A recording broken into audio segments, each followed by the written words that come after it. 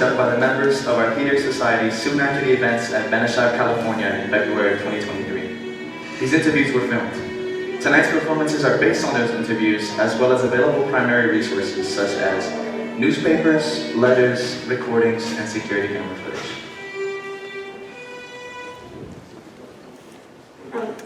Should I start? We're already rolling. Okay, I'm just gonna start with the story. So, when I was younger, way before I was involved with law enforcement, I wanted to be an artist. And this was New York. I lived in a 5th floor walk-up, tiny studio. So, I wanted to be a painter. I'd wait tables during the day, and I'd do watercolors at night.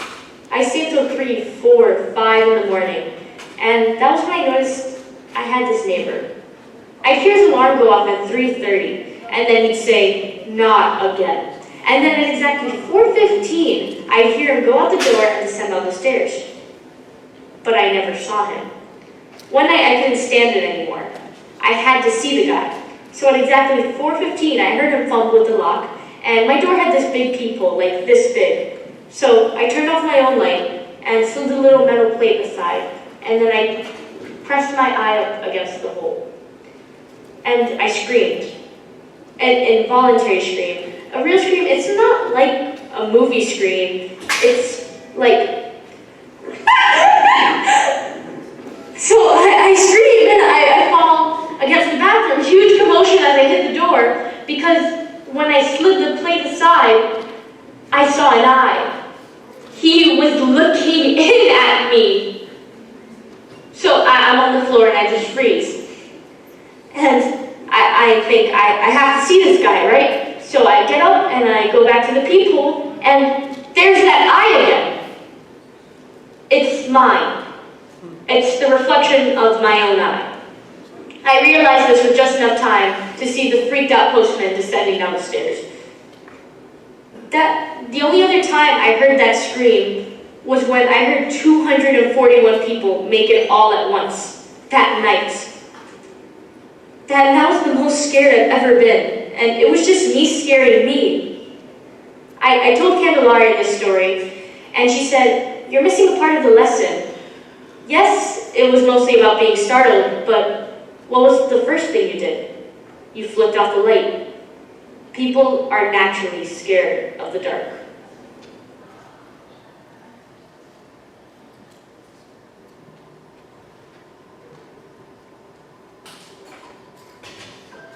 When I was 8, we lived in a house, Dunbar, North Carolina. It was about a quarter of a mile away from Kendall Ave, shopping street. It was a tall house, and from my bedroom window, Just keep going! it was a tall house, and from my bedroom window, I could see a billboard. It was an ad for Diet Coke. It was 2 guys and a girl clowning around, but saturated. I loved that photo. To me, it was a picture of infinity. Models acting like people acting like models. It was the first time I really encountered recursion. Something that refers to itself, ends back into itself, and so becomes a loop. My name is Candelaria Ortiz. When the incident at the Oak Box happened, they wanted it to be investigated from all angles. Criminally, biologically, philosophically, and psychologically. That's why I'm here.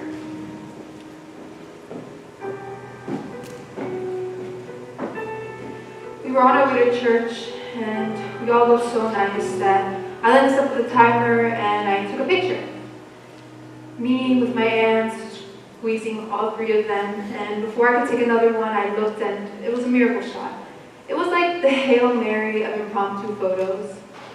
So I had it framed, 8 by 10, and the frame, cardboard leg at the back that balanced it broke, so I always could lean it against the wall from the cabinet. That night, all 3 kids were going out to the play. I looked and saw that the photo had slid, so I picked it up and leaned it back against. One last moment of grace, we were all walking out the door. I looked at that picture. Benishab isn't a town anybody outside of Amador County has ever heard of. But everybody's always surprised at how pretty it is. Most people's jobs have something to do with parson farms. People never think of it, but yes, there are parson farms, big ones. Not here, but not a lot of people leave. They like it here because it's peaceful and safe. My wife had pink eye. So I went to go pick up my friend Harvey. When I got there, he said, thank God the kitchen sink's a disaster. I'm a contractor, not a plumber. But I said, okay. After 5 minutes, I said, it's the clog or the show. You okay going off the show? He said, sure. And we could get a couple drinks afterwards. But we have to tell people we went to the thing. So, I'm brand new to this job. I mean, it's my 4th day ever as a detective, and I want to do a good job, and I already know I'm not. I mean, it's stupid things. Being in a new place, it gets in your way. Like, why are there 2 conference rooms with the same name? The fax machine. Do you press 9? Do you not press 9? And people are not... Look, just edit this out, please. People are not as nice to me as I would be in their situation. And where does the paper go in this fax machine? Look, so for the most part, I'm thinking, how could this get any worse? And then the whole incident starts, and it gets worse, and worse, and worse. Me and Mary Riegel were at the region of the Oak Bus, just talking about the world and that kind of stuff. And then we hear this crazy loud sound that it was like popcorn, like that came from the Oak Bus. And Mary just said that it must have been powerful. I'm a forensic engineer. When a bridge collapses, or a dam gives way, or people get trapped in a fire, it's my job to figure out what went wrong. Some of these cases are famous. The Hartford Circus Fire in 1944 killed 168 people. The Great White Fire in 2003 killed 100. One of the things you pay attention to are the doors. There was a fire, a famous fire in Chicago in 1903, the Iroquois Fire. It was right after Christmas, so kids were out of school and the theater was full of families, all 3 levels, even standing room on 7. The curtain caught on fire, and what happened was, the first people to reach the doors realized half a second too late that the doors opened in. The people behind them were panicked and crowded them so they couldn't get the doors open because they were pressed with the hinges going the wrong way. When you look at a door that's trapped people, you always find scuff marks halfway up the door because the impulse is to kick. If there's more time, you'll find dents, big ones where someone grabs a fire extinguisher or a dresser, something heavy. But when you look at the Oak Box incident, I've never seen anything like it. You just looked at those doors and thought, what the hell? I got home, and my wife ran up to me, and she threw her arms around me. I don't know what was going on, but I knew I shouldn't say that we went to the show and then got some drinks afterwards. She says, honey, look at the news. I'm expecting Channel 2, but she puts on CNN. I wasn't surprised that you could find me, but I was surprised that you thought to look. My name is Rick Bader. I'm a professor at the University of Minnesota. I study fear.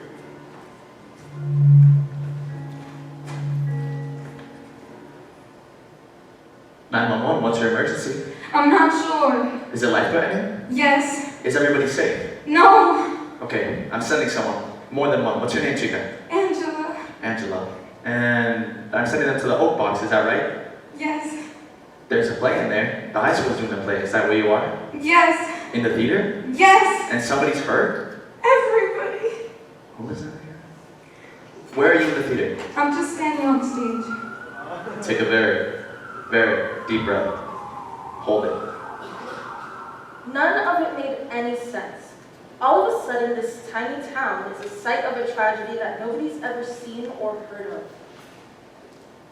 We know that few events of the timeline happened. We know that the people are fine at 11 after 8 because that's when the usher texts her older brother to pick her up after the show. Then she goes into the theater and turns off her phone. At 9:10, 2 kids sitting on a ridge below the theater hear what they think is a foghorn but assume it's part of the play. At 9:22, we hear the 911 call. A girl named Angela Lear, who turns out is the only person still conscious. When we finally get her out of there, she won't speak. She either doesn't know what happened or she's too scared to say it.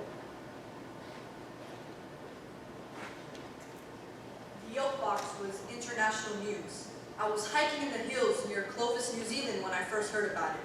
People fallen unconscious in a theater, that was key. I had conflicting thoughts. I thought, how horrible. And I thought, there it is. There's our proof. I didn't find out about it until the next morning when it was on every single channel.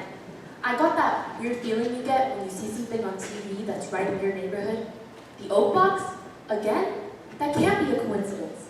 Everyone was like, that was 77 years ago, but I remember thinking, I don't care if it was 77 years ago. One theater, two tragedies. There's gotta be a connection.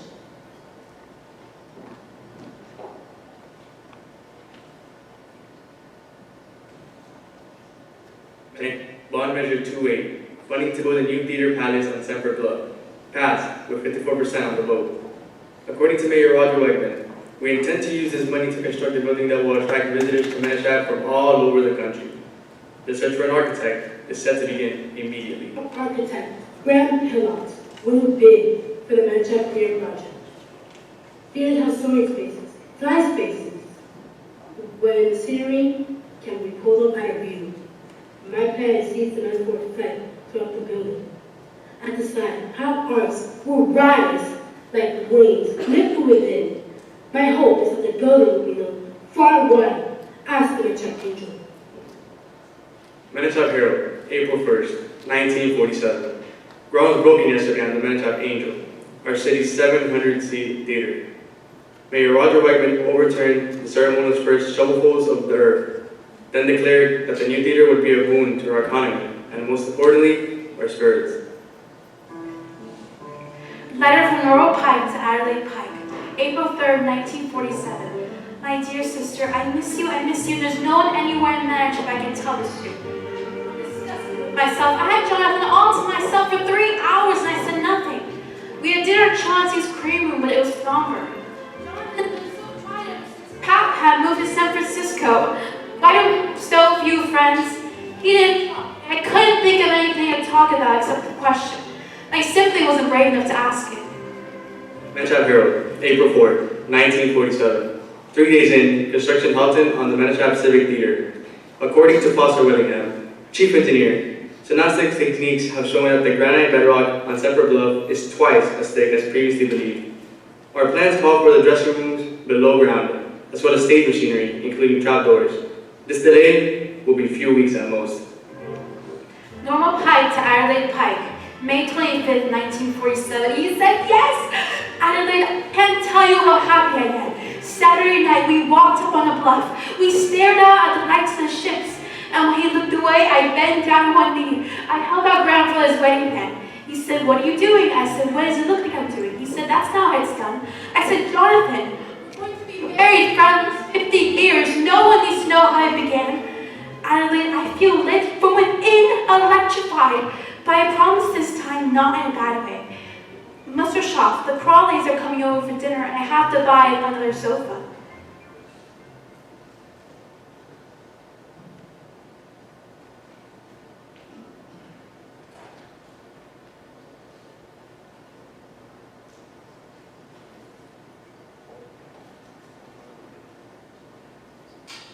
It's terrible. Then they went to play on the beach below Semper Bluff, and he didn't come back. Marcus is 5 feet 2 inches tall and was wearing white shorts and a long black sweater. He's missing a front tooth. Letter from Laurel Pike to Adelaide Pike, June 2nd, 1947. My apologies for not being clear on the topic of the Crawleys and the sofa. Last week I was certain that Jonathan would rebuff my proposal. It drove me positively Frenzied. the morning before the post. I was alone in the house, and I banged the south wall of the living room as hard as I could with my shoe. I did it again and again until it was calm. Movers arrived just in time. I was able to blame the movers for the dents in the wall. Manitoba Herald, June 5th, 1947. Yesterday, by a vote of 5 to 4, the Board of Supervisors authorized new blueprints for the Civic Theater. According to Supervisor Zed Orenthal, we had no choice given our updated understanding of the geology of the bluff. We've had to abandon the idea of wings. Norma Pike to Adelaide Pike, June 7, 1947. My dear sister, every moment of every day is the happiest time in my life. The only shadow has been so easily to Jonathan to silence. Jonathan was so quiet after I made that joke about the kilt he was wearing for the Scottish festival. Then yesterday I said, darling, please don't misconstrue this. I'm glad your business failed. Finally, you're all mine. Los Angeles Times, September 2nd, 1947. For the first time in history, the residents of the placid farming community of Manachap, California, are locking their doors. The disappearance of 10-year-old Marcus Tumble has unsettled this town, an hour and a half north of Santa Barbara. Marcus disappeared while at a family reunion beneath an area called Separate Bluff. In absence of plausible natural reasons, residents are looking at each other warily. Marcus's mother, Thea, finds it suspicious that he should go missing on the day of the Scottish festival. All those men we've never seen before walking around town wearing dresses. The police say there's no evidence, but I don't need evidence. Manachap Herald, September 24th, 1947. Men arrested in Marcus Tumble case. Police on Thursday announced that they've taken into custody a suspect in the case of missing 10-year-old Marcus Tumble.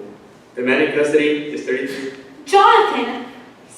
September 24th, Adelaide, they put Jonathan in jail. It's unbelievable. They say that he has something to do with that boy who went missing. It's ridiculous. They won't even say why they suspect him. Letter from Ganderman Esquire to Samson Bonnet Esquire. The trial proceeds well. On the stand, Mrs. Tumble pointed to a scratch on the float ring that was in Mr. Plonska's room. She positively identified it as the float ring that belonged to her son. Now, Mrs. Tumble is not our only ally. Watch the jury as they watch Miss Pike. When her fiancé grimaces, she grimaces. When he looks downcast, so does she. She impeaches herself as a character witness, and she will be desperate to testify on his behalf. We must not appear too eager. Excerpt from the transcript of the trial at the courthouse by the sea. Cross-examination of Jonathan Willis. So this float ring, you claim to have picked it up on the beach, is that right? Yes. Why would you do that? I don't know, I just did. Were you afraid you might drown? Laughter in the courtroom. Objection. Sustained. So on the afternoon of May 30th, the same afternoon Marcus Tumble disappeared, you claim to have been taking a long walk, a far walk, on the beach, is that right? Yes. Were you in the habit of taking 4-hour walks in the middle of your workday? No. Had you ever taken such a walk? No. Did anyone see you? It was a weekday afternoon. You work at Mosay Limited, shipping and transcription, as a typist, correct? Yes. How long has that been your employment? 3 weeks. 3 weeks. And you felt comfortable taking 4 hours off. I needed to think about the world, about my place in the world. You took this walk without telling anyone. Jonathan, right? I wrote a note saying I wasn't feeling very well. And who did you give this note to? I meant to give it to my supervisor, Mr. Clark, but I later found it in my own pocket. Manachap Herald, November 12th. Break announced swift justice. After deliberating for only 5 hours, the Jonathan Willis jury announced a guilty verdict on the count of kidnapping, as well as on the count of murder. There was a commotion in the first row when Willis' fiancée began to wail so loudly that she had to be forcibly removed from the courtroom.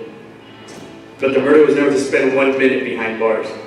In an extraordinary scene, 2 hours later, the boy's father and 3 armed men rushed the bailiff as they made their way from the courthouse by the sea to the transport. The assailants grabbed Mr. Willis and pulled him into the ocean, where they held his head underwater until he was completely still. A witness reported that the incident confirmed Willis' guilt, as he had made not a move to free himself, allowing himself to be held underwater without a struggle. November 17th, body of child found. On Wednesday, construction workers at the site of the Civic Theater uncovered the body of a child. Authorities have confirmed that Marcus Tumble was found beneath the trap door of the long-delayed theater. It's a 1 in a million tragedy, said construction supervisor Clifton Nails. The theater was sealed for safety, but one of the lower windows had come unlatched. He must have climbed in. From there, he appears to have peered into the still shallow trap door. When the heavy door fell shut, he wouldn't have had a chance. Los Angeles Times, February 2nd. Time Magazine, February 7. the opening night of our Civic Theater was home to the most extraordinary spectacle ever witnessed by this community. The long-awaited opening of the Minichap Theater will long be remembered.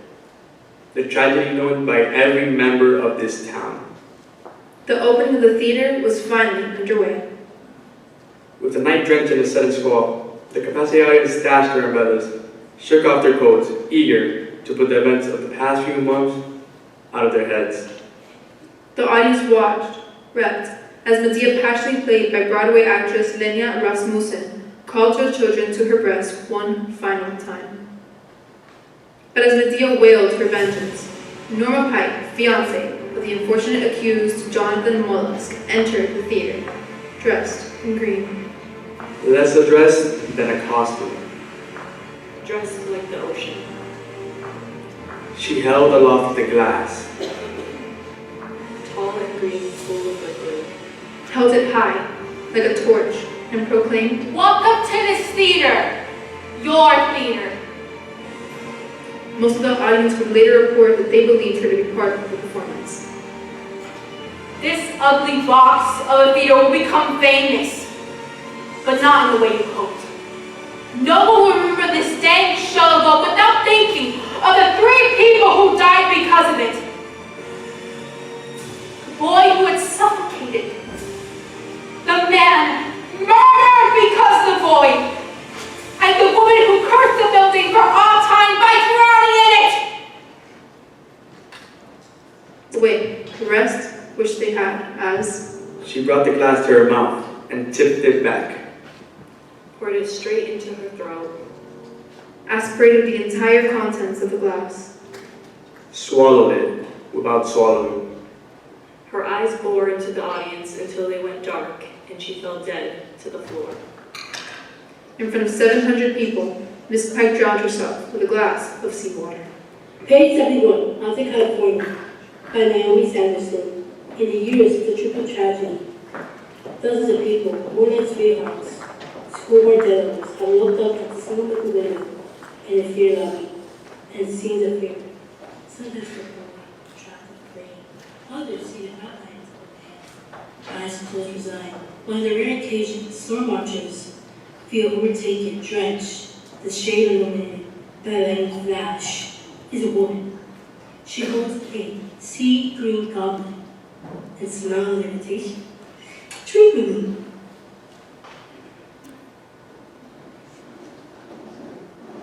After the incident at the Oaks Box happened, they wanted to know why Minichap, why the Oaks.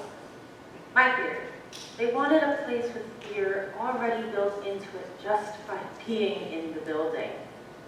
Every single person in this town knows the story of Norma Pike, but it's just a local tragedy. On a whim, really, I decided to Google scary theaters. There it was. We had Princess Theater, Theater Royal, Manila Film Center, and 4th out of 4, the Oak Box. It gave me chills, because that's when I realized that's how they founded us.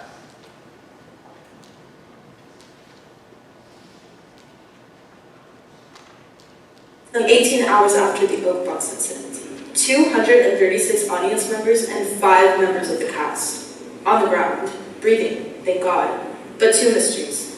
What happened to these people? That was the main question, of course. Then second were the doors. What happened to these doors? Can you tell us your name, please? I'm Avishai Lenster. I'm the Chief Forensic Engineer with the California Department of Infrastructure. Efren Salas. I'm a firefighter with Station 41 in Manashal County. My name is Isa Fuentes. I'm a neurobiologist at UC Berkeley. I was the first person into the theater that night. I saw the girl on stage. I'm the one that carried her out. Before I picked her up, she did the thing we couldn't figure out. Forwards. The first thing I noticed was the absence of what's called relative resonance. It's the tendency of people who know each other in tragic situations to cluster. After a fire, you'll find the bodies of friends holding each other, or a parent will be wrapped around a child. But the bodies in the Oak Box were different. People who weren't related sometimes fell on top of each other. People who loved each other in life sprawled in different directions. Theater camera 1. What about this girl? Sarah left. She's already on her way out to the theater. Was she leaving early? No, look at the way she fell. She was running. She's wearing headphones. She wasn't paying attention to the play. Can you tell what she was listening to? It's classical. Gymnopody number 1. Gymnopedy number 1 by Eric Satie. Yeah. Something else feels strange. Hedge. Something wrong? I didn't know you knew my name. What else do you notice about the positions of the bodies? The programs. So many people are holding them. I noticed that too. Like this. Like they've been trying to read them up until the last second. What could overcome them that fast? Maybe it was an electrical impulse, or maybe some kind of gas had overcome them. We scoured the ventilation system. There was nothing. I was in the theater a lot. I wanted to spend time with them. I said to the fireman, any thoughts on what could have overcome these people so fast? How do you know it was fast? Of course it was fast. That's when they brought me in. Figuring out how long a body has been unconscious is actually not that hard to do if you have the right equipment. When a person loses consciousness, the body temperature drops by 2.5 degrees. But that takes a while, so we attached electrodes to the foreheads, microthermometers. And what we found was a surprise, to say the least. It didn't make any sense. The first one to fall was Paul Schmidt in C813. Next was Anna Stroheim, 3 rows back in D41. The first 26 people didn't lose consciousness all at the same time. They went down one by one. I said, are you sure of this? Theater camera 1, continuous. I'm positive. Look at the seating chart for the O box. A13, T41. What do you notice? Nothing. Next was F42. So front row, aisle, then the other side of the aisle. Then Lila Regie and L19. The back of row L is horizontal to the aisle in the middle. It started at the front, the back, and the sides. Exactly. It worked that way until the 26th person, Franklin James. I know Frank. Whatever happened to these people started off at the edge and worked its way towards the center. Like something cooking. This doesn't seem like a natural phenomenon. It seems like attackers. Agreed. 241 people fall unconscious one by one like they got it snuck up on. But that doesn't make any sense because they could see the people falling around them. There's no... I don't see how a human could do this. Meaning what? I'm not sure. Hey, can you guys shut up a second? Do you hear that? There. I don't hear anything. There. Your ears are always covered. It's like a church. There's again.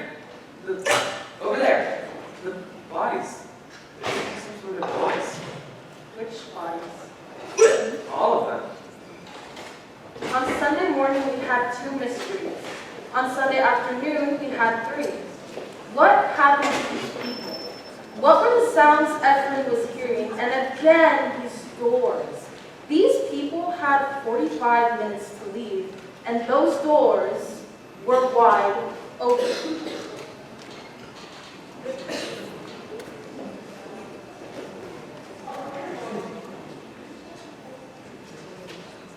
Check what's out. In our top story tonight, a mystery.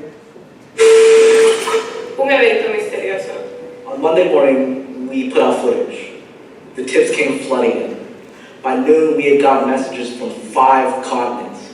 I pulled investigators out from other counties to check out every single lead we had. I got the slush pile, which was bigger than all the other piles combined and had more crazy than I knew in the world.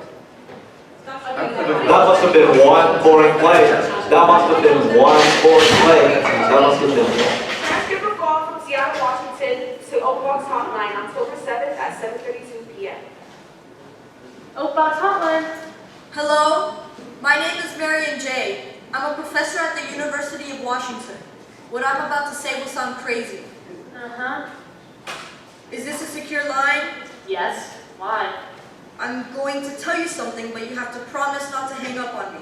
I can't promise that. You've got a theater full of people who've fallen unconscious. Yeah? By now, you've probably found out that they've been attacked one by one. How do you know that? I think you might be dealing with something called Faranox. Faranox? What are Faranox? Start with what they're not, which is human. Now I'm gonna hang up. Are all your victims still alive? Yeah? They won't be if you hang up. You have 1 week until their hearts start to stop. Faranox. They look human, but they're not. Why wouldn't I have heard of these things? Hello? Hello? Sorry, I thought I heard something. You haven't heard of Faranox because the attacks are rare, and because they don't want you to hear about them. Faranox attack every 16 years. They're like locusts. The last attack was in Gulspix, Scotland. 16 years before that, there was one in Iceland, and then 16, and then 16. This is a swarming behavior. These creatures attack, mates, and then they all die. All but one. Thank you. I've made notes of your call, and we'll get back to you if necessary. Were there an unusually high amount of new students in Manachop High School this year? Yeah?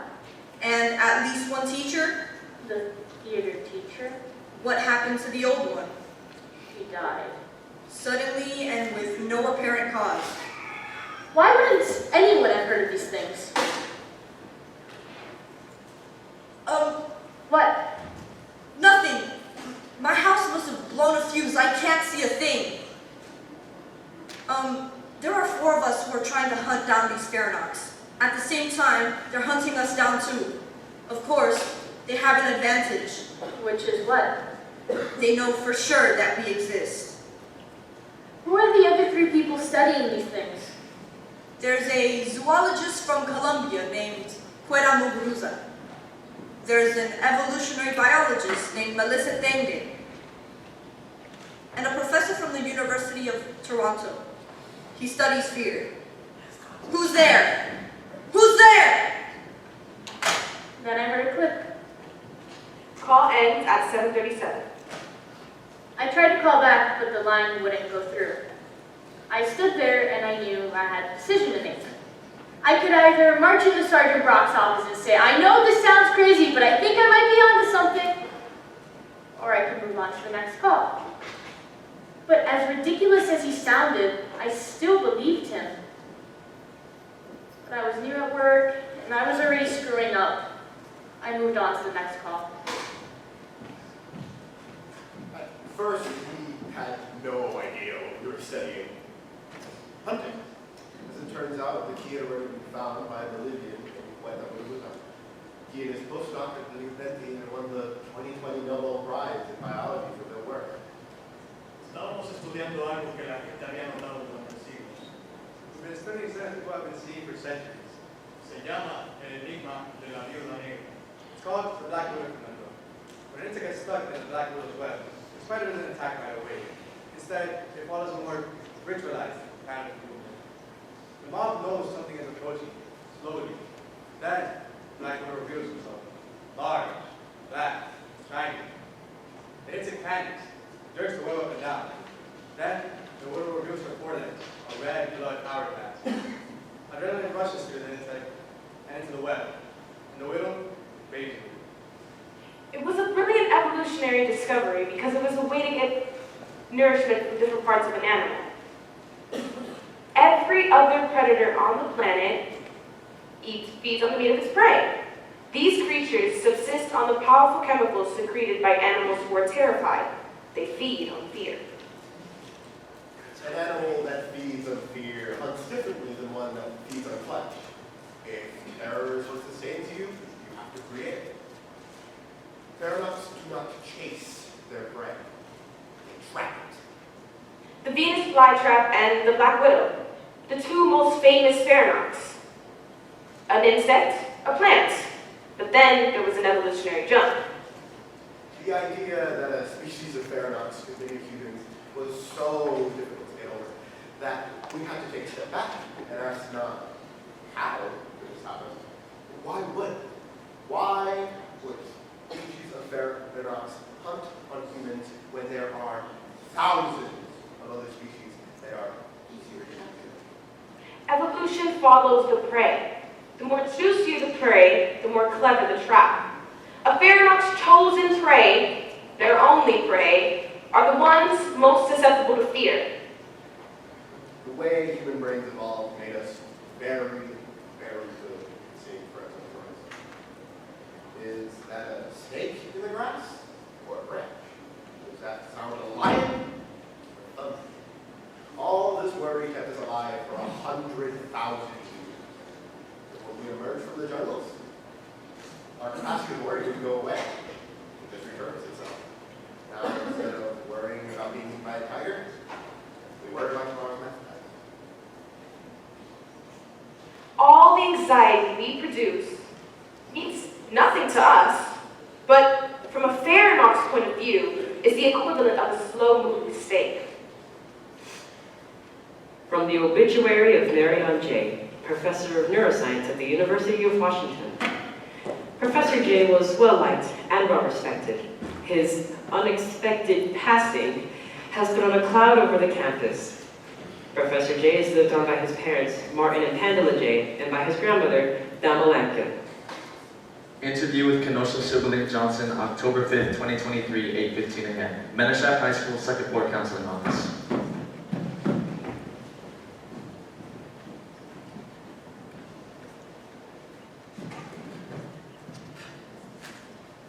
Do you know why we're having this conversation? Because of yesterday. Can you be more specific? Because of what happened in the woods. Here is what you told what happened. It happened. You spoke to a lot of people yesterday, and you told them all the same story? Yes. Is that story something you're sure is true? Or is it possible that you messed it up? It was all true. And that's why we use information. Is that story about what happened in the woods? It's totally possible.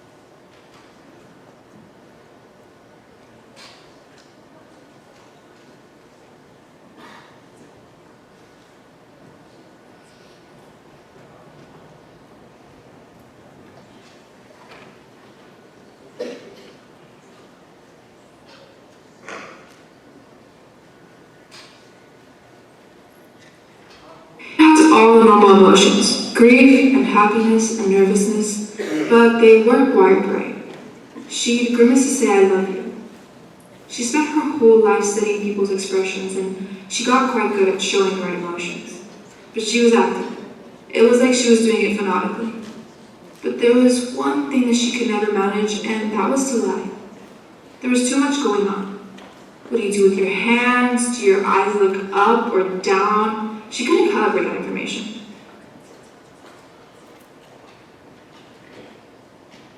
said that her uncle was an astronaut. I wasn't going to ask her out or anything, but...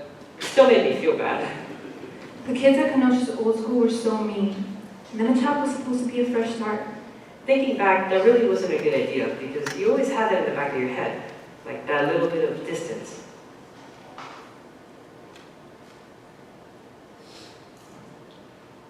I talked about the idea of Kenosha being involved in theater because I thought she would be quite good at it.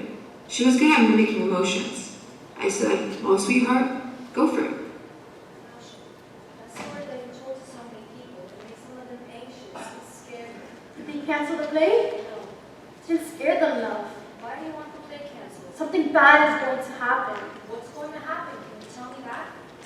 We all knew that the fall play was happening early, but we just went with it. We assumed it had something to do with the Miss Pendleton tragedy.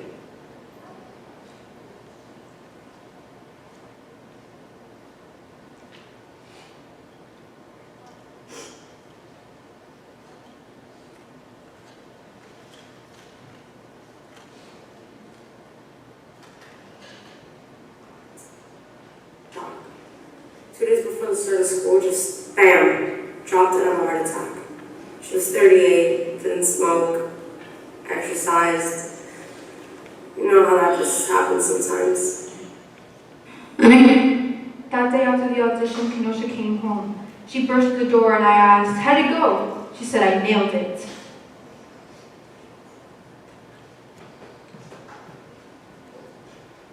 I saw her audition. She did pretty great, but I said, you'll never know.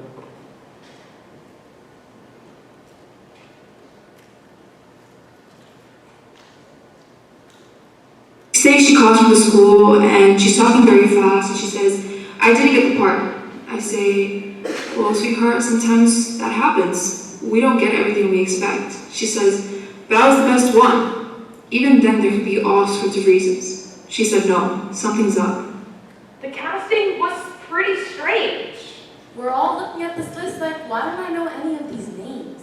Almost every name on that list was new that year. Almost every kid that got a part was new that year.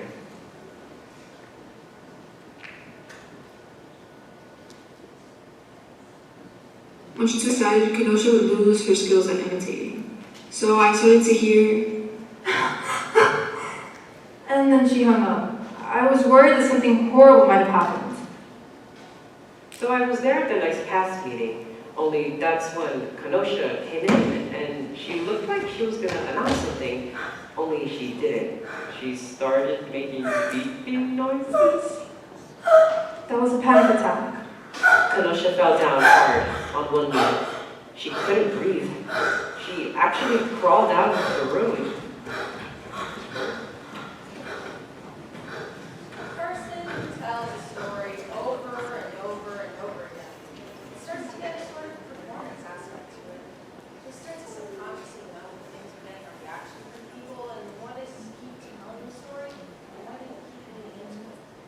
The story doesn't get so much memorized as it does get etched. So she said, I'm gonna tell you a story. Please just listen. She said, please, just listen. Please, just listen. Yesterday I made it out of the school, but I hurt my left knee. My left knee? Right here, so I couldn't go very fast. I was allowed to walk home alone on the highway as long as I faced the traffic. But I looked behind me, and all of a sudden there were 3 guys way back, and I knew I had to get out of there. There's that big strip of forest between the highway and the Walmart, and before I jumped in, I looked again, and they were way closer. The forest is deep, but I cut through it all the time. The forest is deep and I cut through it all the time. So I know I'd have the advantage, but when I look back, I got so scared. But when I looked back, I got so scared. They turned in right after me, and they were fast. All of a sudden, I heard this sound, crazy loud. The loudest thing I'd ever heard. Ever. I couldn't tell where it's coming from. I'm shaking. I ran. I ran faster than I could. I looked back once, and this was the thing that scared me more than anything ever. One by one, I stood up. Which I know sounds crazy. I could hear music ahead of me. There was a carnival for kids in the Walmart parking lot. Just as some bumper cars that tilt the world, I could hear 7-year-olds screaming as they go down the tip of the kiddie coaster. All I knew was that I needed to get to them. But when I looked again, there weren't 3 pairs of lit up eyes anymore. There were 2. Where was the other one? And I had to choose. Do I try to make it to the parking lot, or do I hide in the forest? Because I know I'm close, but for some reason, the scariest thought is that I almost make it. That I'm just a few feet away from safety, and that the one grabs me in his arms. And I can't do it. I can't go forward. People will naturally look up because we've got no predators around there. So I start climbing a tree. I start climbing a live oak. A live oak. And then halfway up, I freeze. The 2 of them get to me. Then the 3rd does. And they don't see me, even though they light the ground with their eyes. They start to argue. They argue about whose fault it was. The 2 of them grab the 3rd, and he screams, please, no! They hold his head, but at but I hear it completely clear. After he whispers, the third starts crying. Then he falls, dead, onto the root of the tree. What he whispers is, "Can I tell you a secret?"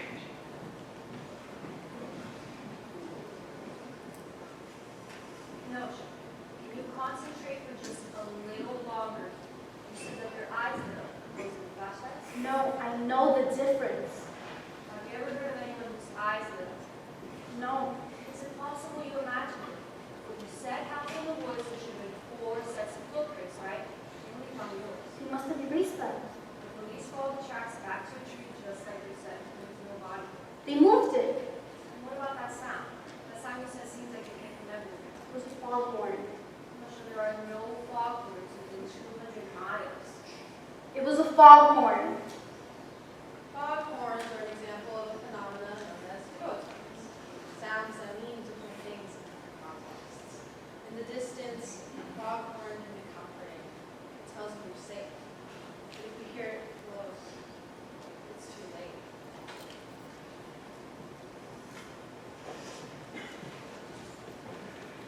After being with her for a while, Kenosha was never the same after the story in the woods. She wouldn't go anywhere near the south wing, nowhere near the theater. And I'd say, "Kenosha, you're gonna jeopardize your chem grade." But she wouldn't go anywhere near the theater. She started talking bad about the play. She pulled me aside and she said, "This play is like a malady." I had no idea what she was talking about. She said it was like a sick dog, only scarier. She said it would leave the greenest taste in my mouth. It's amazing she has time to get to class. She talked with over a quarter of the school.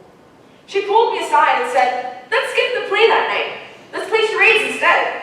We should have a movie night. She said, "Please, please, please don't go to that play." And I said, "Kenosha, I'm in the play."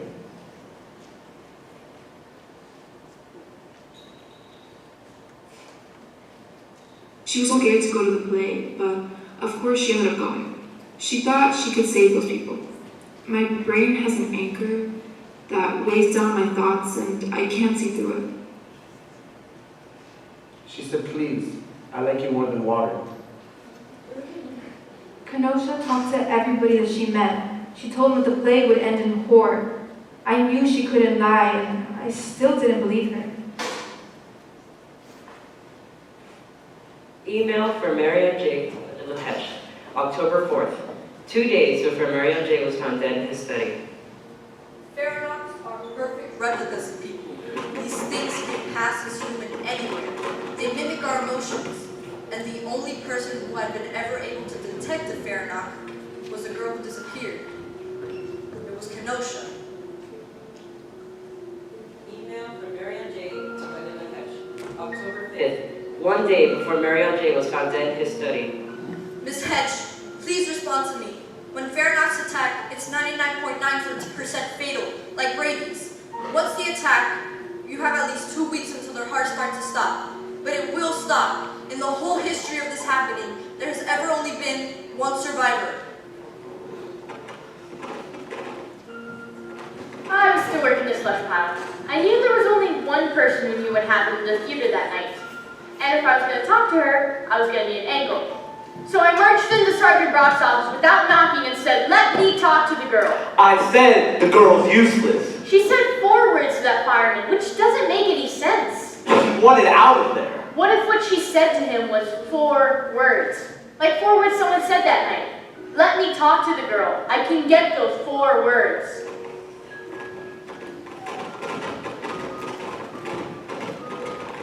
With all those bodies in the theater, it felt heavy and warm, like a greenhouse. There's 241 bodies, and they put IV tubes into all of them, so the IV bags were up here. And that's what you noticed at first. It's actually kind of beautiful because the theater was dark and those bags glowed. He came to me and he said, "I want to take some time off." And he said, "I'm sorry, I need all hands on deck right now."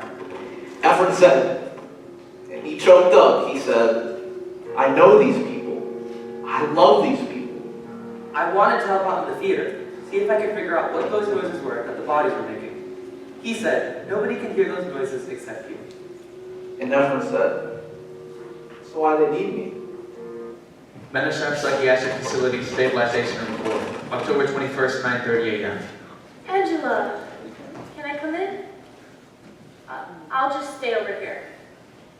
My name is Gwendolyn Hetch, and I'm one of the detectives investigating what happened in the theater that night. Does that camera bother you? It shouldn't. There's no one watching it.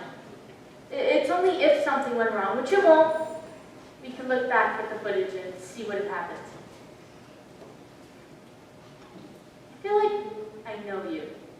Like, whenever anyone talks about you, their whole voice bubbles up. They talk about your soccer practice, your sense of humor, and that CPR class you organized. Angela, a lot of people need your help. I have a theory about what you said to the fireman that night. You heard 4 words, but I think what you said was 4 words. Can you tell me which one of those it was? I have something I want to ask you. Stay away from me! I'm sorry! Get away! Somebody help me! I'm sorry. Theater camera 1. October 25th, 2:45 a.m. Anyways, Emily, I'll be back to check on you soon. Miss Mel, this is my friend Salas. I was in your 8th grade trigonometry class 14 years ago. I'm here to make sure you're safe and comfortable, but that's not all. I know you can hear me, and I think you're making noises. You and everyone else in this theater. If you can hear me, make a noise. I'll hear it. I have great hearing. Try it. The year I was in your math class was the year those midterms got stolen off your desk before you had time to grade them. Make a noise if you remember that. For me, it's a nice memory, because I was one of 6 kids with that period free, and instead of making me a suspect, you deputized me. I was new to the school and nervous, and I never told you how much that meant to me. To be trusted like that, that whole experience shaped who I wanted to be. It's part of why I fight fires, which is why I want to tell you. I did steal those pests. Hey! Quiet! She made the noise! Nobody heard that! Do it again just one more time. You gotta keep it down. They can hear us. Menasep Psychiatric Facility, Stabilization Room 4. Thank you for seeing me again. Answer every question. You pause for another second and I kick you out. What's a book you read in high school English? Hamlet. In 15 seconds, tell me your life. Born and raised in Indiana. Wanted to be an artist, so I moved to New York. Didn't work out, but I met my husband, so we moved here, so I worked for law enforcement. My daughter's in 3rd grade. 6 times 8. 48. What are you most afraid of? Millipedes. What's the secret? What secret? Tell me the secret or I kick you out. I don't know what you're talking about. It was 4 words. 4 words. 4 words someone said to you that night? Yes. What were the words? You don't have to say them. You can whisper them or write them down. I'm so scared. There's nothing here that can hurt you. Who said the words? Male or female? Female. Adult or student? Adult. What were the words? I'll tell you next time. Look, tell me just the first word. Give me just the first one. The. The. The first word is the. Thank you. Theater camera 3.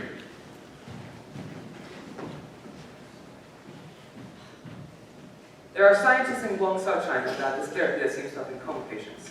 It's a machine that makes sound waves, and it's so huge you have to put it in a cargo plane that's already flying over the Pacific. And there's a group in Cape Town that have these drops that go in your eyes to stimulate brain function. All over the earth, in all different ways, people are praying for you. Alfred, Dr. Brock, got bad news. The EEG results came back. None of the bodies show any brain function. no brain function that they can measure. It would register. You're no scientist. What if what happens to them hides the brainwaves? That's not possible. This isn't possible. They're breathing, but they're as good as dead. Then why are they making those noises? Nobody hears those noises but you. Because I have great hearing. Or because you want to hear them. I hear them. Never shout at me. I'm sorry. It's not good for you to be here so much. It gives me strength. When was the last time you slept? I don't need sleep. You're sleeping for me. That doesn't make any sense. I don't want to lose you two. Fine. I'll sleep. Menasep Psychiatric Facility, Stabilization Room 4. Angela, I brought this for you. I heard you like to play, and I heard you're good, so I brought this in case you wanted to. I'm just gonna set this here. I'd love to hear you play, but in order to do that, I'm gonna have to get close to you.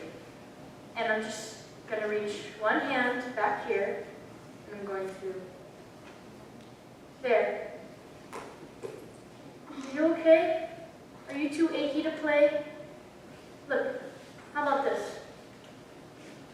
Tenopody #1. It's famous for being calming, soothing, and Europe parents use it to calm their children.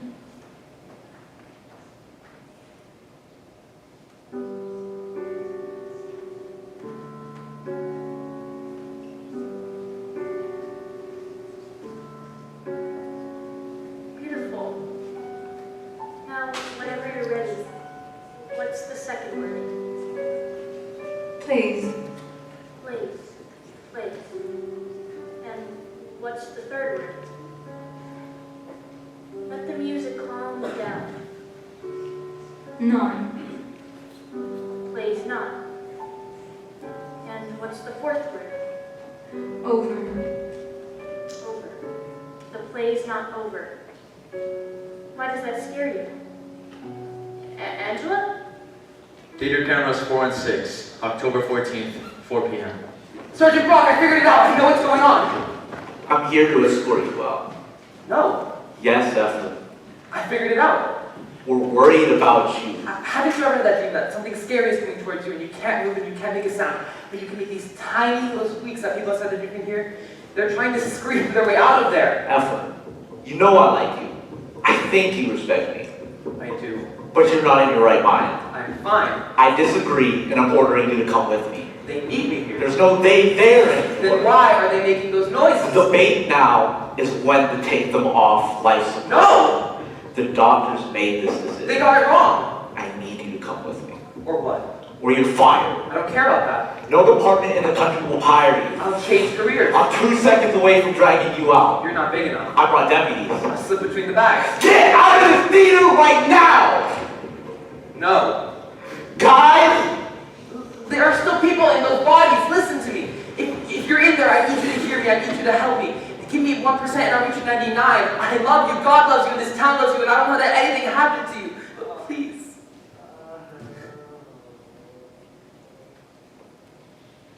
Let's go on.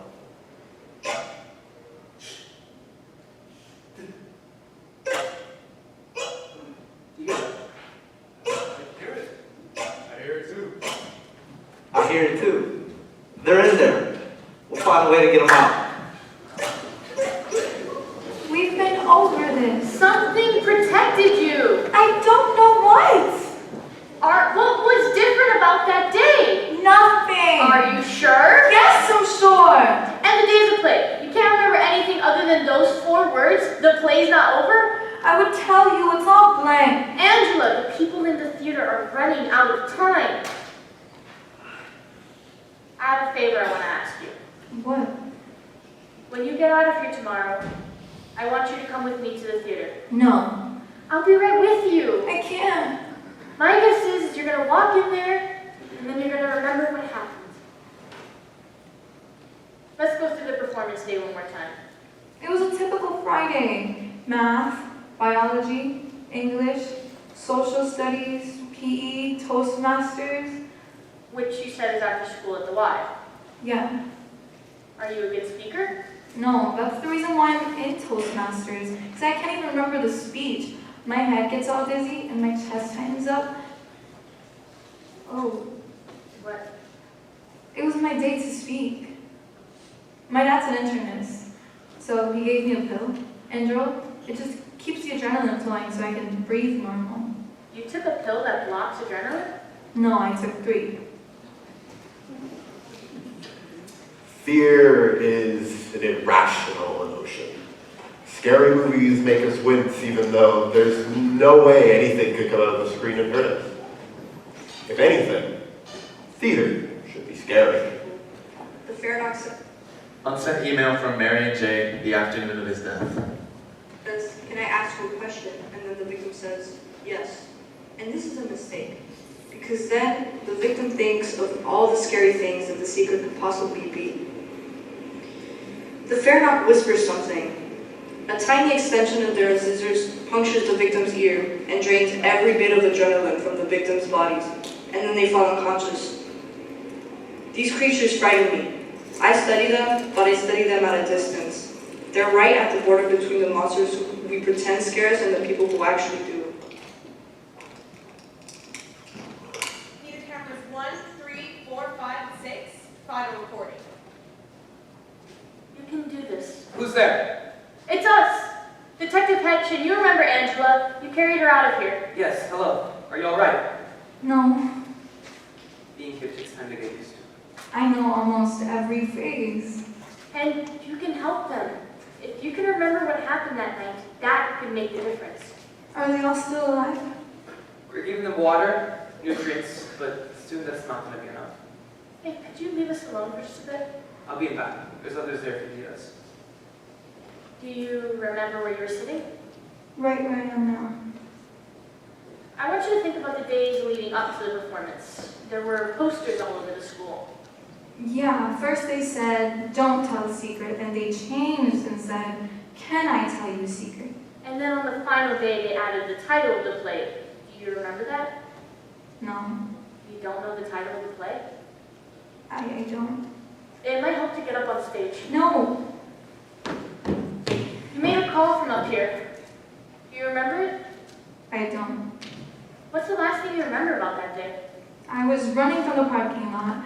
I was late because of Toastmasters, but it turns out I didn't have to worry. There was some sort of electrical issue that kept us all in the lobby. Look, just come up here. I won't let anything happen. This is where they found you. Take a deep breath. Now, I want you to lower your head and close your eyes. On the count of 3, I want you to lift your head and open your eyes. Ready? 1, 2, 3. 911, what is your emergency? I'm not sure. Is it life threatening? Yes. Are you safe right now? No! I'm sending someone. More than one. This car's already underway. What's your name, Chica? Angela. Angela? Angela. I'm sending them to the Oak Box. Is that right? Yes. And there's a play tonight. The high school's doing the play. Is that where you are? Yes. In the theater?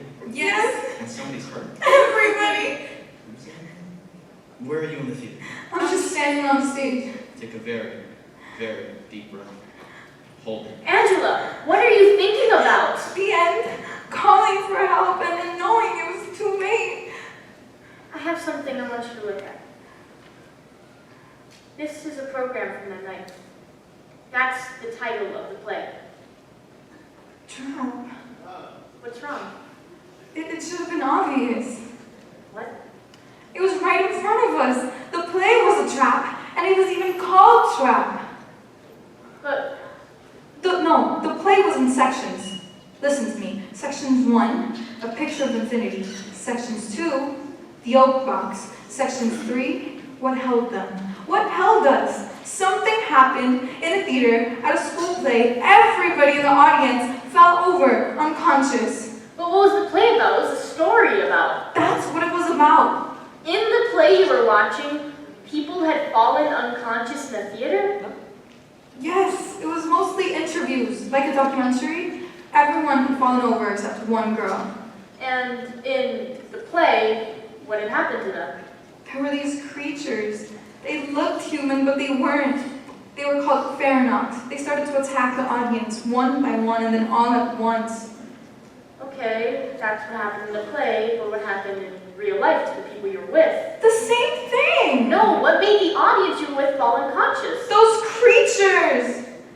They look human, but they're like black widows. They feed on fear. Those are things in a play, they're not real. Yes, they are. I promise they're not. They confuse people. The play was about all the things that were about to happen to us. So when they started to happen, we couldn't tell what was real and what wasn't. Creatures who feed on fear and put on plates. It's ridiculous. Sounding like they're ridiculous is how they hide. Look, even if they were real, they're not here now. Take a beat. Stay away from me! Who's here? Who's in the theater? Are you? I think we're okay. Should we go? No, I think I just got a little freaked out. This place can do that. You want me to stay? Please, for a little bit. Tell me more about these creatures. In the final section of the play, which was also called Trap, the Faranox started to attack. Attack the audience? Yes, How did they do that? one of the girls in the story, she started to walk down into the audience, and she was narrating what she was doing when she stopped in front of a boy, and she whispered to him, "Can I tell you a secret?" The girl leaned in and whispered in his ear, and the boy fell over out of his chair. But the audience didn't think anything of it, because if you look at the program, he was listed as Fallen Boy. Then the girl moved a few rows up, and she was analyzing the audience, and she stopped in front of the group and did the same thing. "Can I tell you a secret?" When the girl nodded,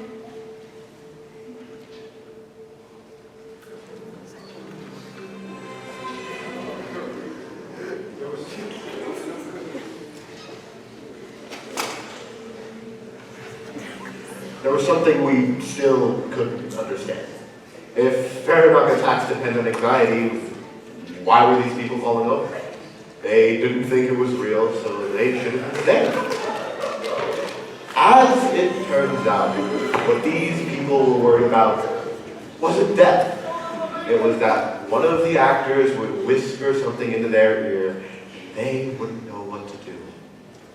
They had stage fright, which, as it turns out, is just as lethal as the fear of death. by the time she got to me, I was scared. She whispered to me, and nothing happened. You've taken the Inderal. Yeah, How many people had fallen over by then? a lot. Why wouldn't somebody have just left? Because they thought it was just a play. Somebody's cell phone rang in the middle of it, but if you look in the program, they would have listed a cell phone boy. Stop! Stop the play! Who's this? My name is Kenosha R. Silverning Johnson. Everyone listen up. In a calm and orderly manner, please leave the theater. You have to leave the theater. Safely. There's a child stuck in a car in the parking lot, so you have to go check. That's not your car. The worst liar in the entire world. Please leave. They think you're part of the play. You know what I'm saying? Yes. You're a human. What am I then? You're a human. And you are, and you are, and you are. Stay away from them! They think you're part of the play because you are part of the play. No, I'm not. Yes, you are. Here.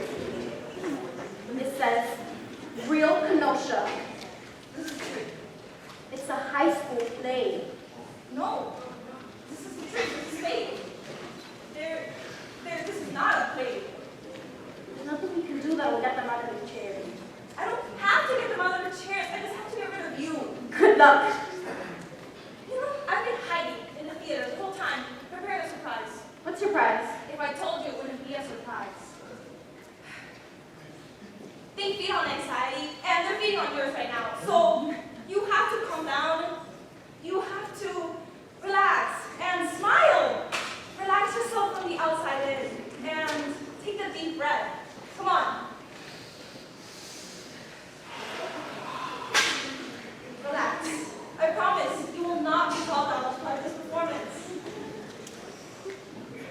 What's wrong with you? Nothing.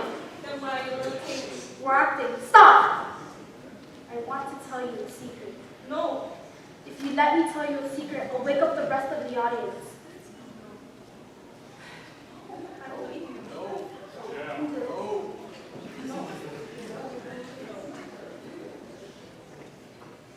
Okay, stop smiling. Go ahead.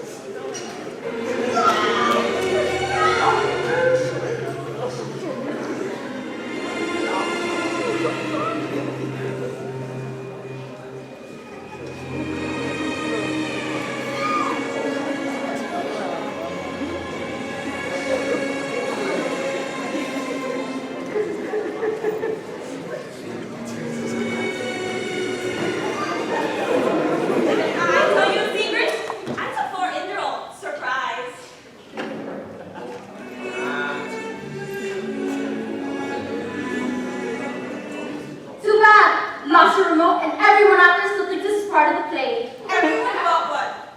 Mom! I'm here, sweetheart. Now!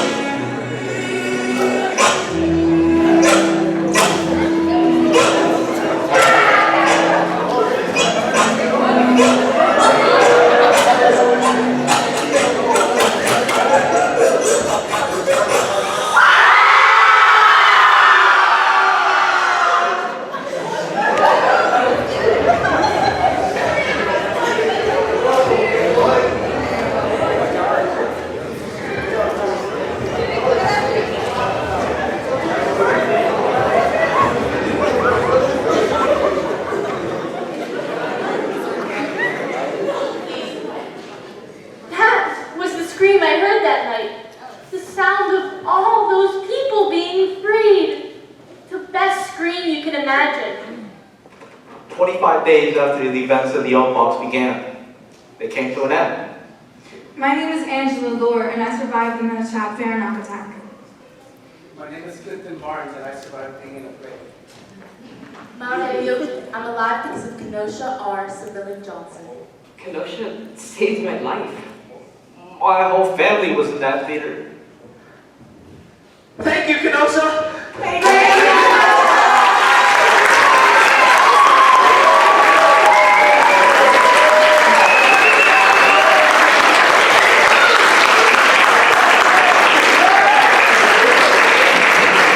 People who follow unconscious had no memory of the event, but it changed them.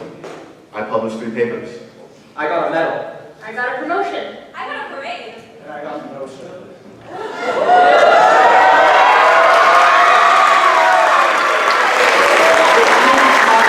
How Manashab, California became famous.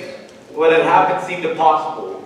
Psychologists wrote it off as an example of mass hysteria. People getting scared in a place that already scared them. I lived through the events, and even I'm not sure. Did it really happen? Was it like the eye of the people? It was just me scaring me.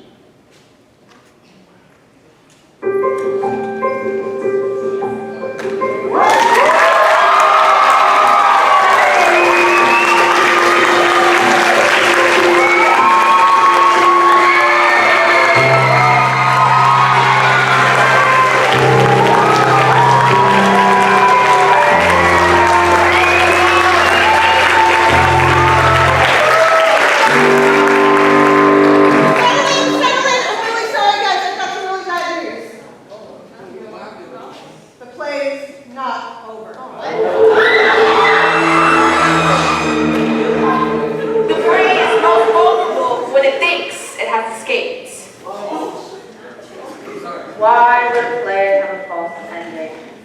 What's real, what's not. I'm really sorry about the delay. We're having some trouble with the lights.